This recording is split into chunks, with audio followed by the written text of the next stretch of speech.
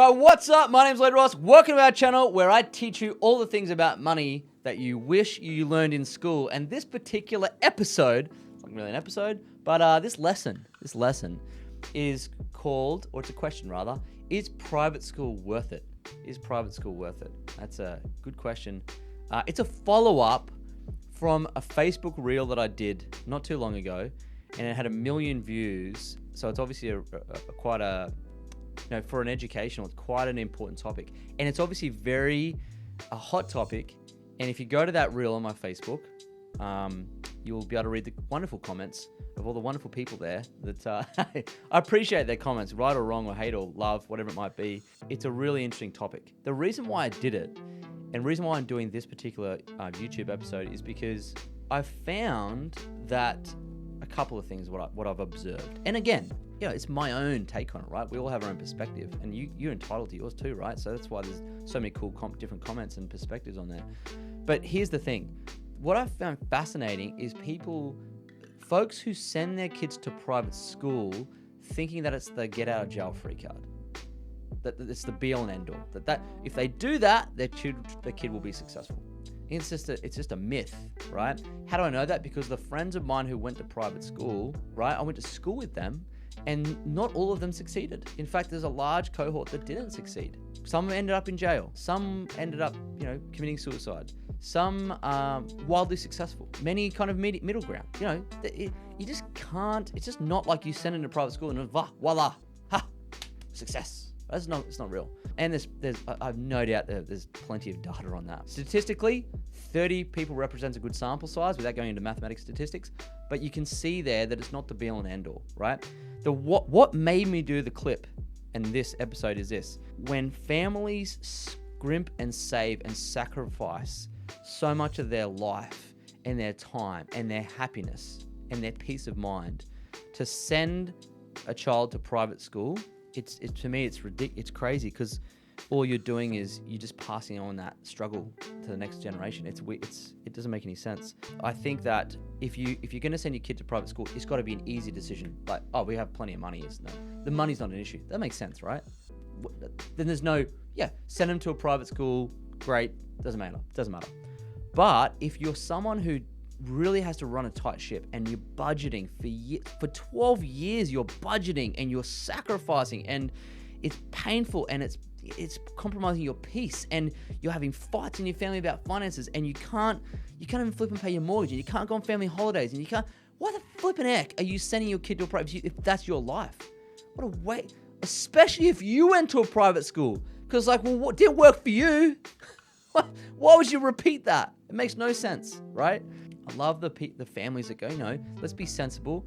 And not full public, but there's up to you, right? It's a personal choice. But there's schools that are good schools, got a good return on investment. It doesn't cost an arm and a leg. It's not going to compromise you and your family holidays and creating memories together and your peace of mind. And the child's going to come out with arguably the exact same education, frankly, right? In my opinion, because it's all based on state curriculum anyway, right? It's not like you go to that school and you get taught a different mathematics or a different English. No. Right? Some public schools have wonderful teachers that can make a wonderful impact on students. And for most part, most schools have wonderful facilities now. They have technology now. Like most kids have got a flipping iPhone. Most kids now at home have got more powerful computers in their hand with this than what I had at school as a laptop. So you can't even play that card anymore. That school's got way better technology. No, that's the technology, right?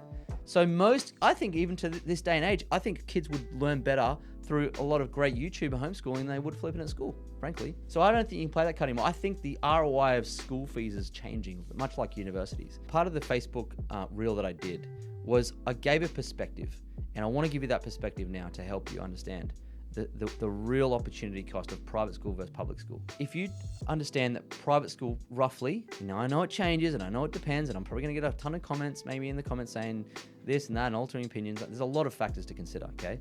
But here's just a perspective for you.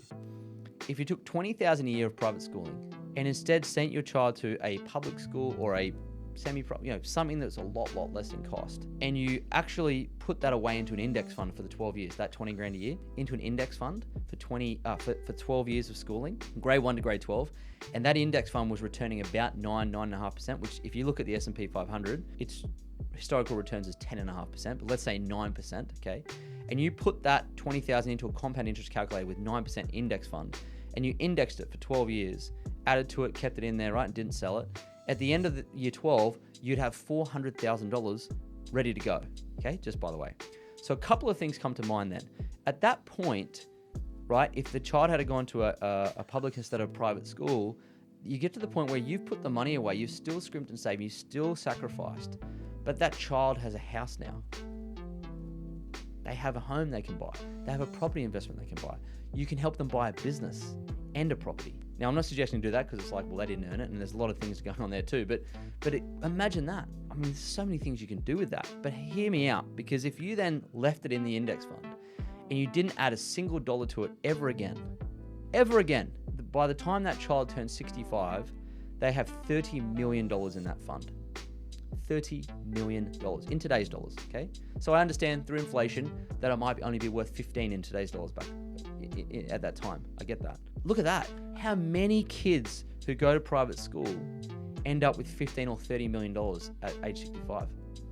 I would love to know the stats on that. Probably not many. So I'm showing you what your money's really worth.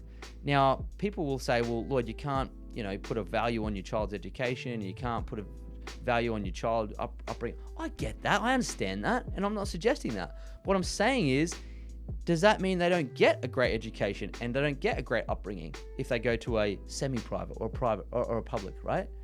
Some of my friends who went to public school are so much better, well put together than my friends from private school. They are. They've got great families. They're very successful. In fact, a lot of my public school friends are actually more successful than my private school friends in the sense of business and real worldness over a career in a bank. I would suggest this. It's just understanding where your money goes and how much it's actually worth in the future. Because what I've seen happen is families will scrimp and save to send their kids to a private school. It doesn't really make a difference to their life because they wanted to be in business and that school doesn't teach you that anyway. And the people that hang around, they weren't that successful anyway. Well, that doesn't really help you, right? The network doesn't really help you. The network I went through doesn't help me. University and school, not once has that network helped me. I can't think of one time, okay? If there was, maybe it's once, but it's just not what you think it is. I've had far more help and assistance and networking from all friends are from public school than private school, frankly. They've helped me a lot more. It's weird.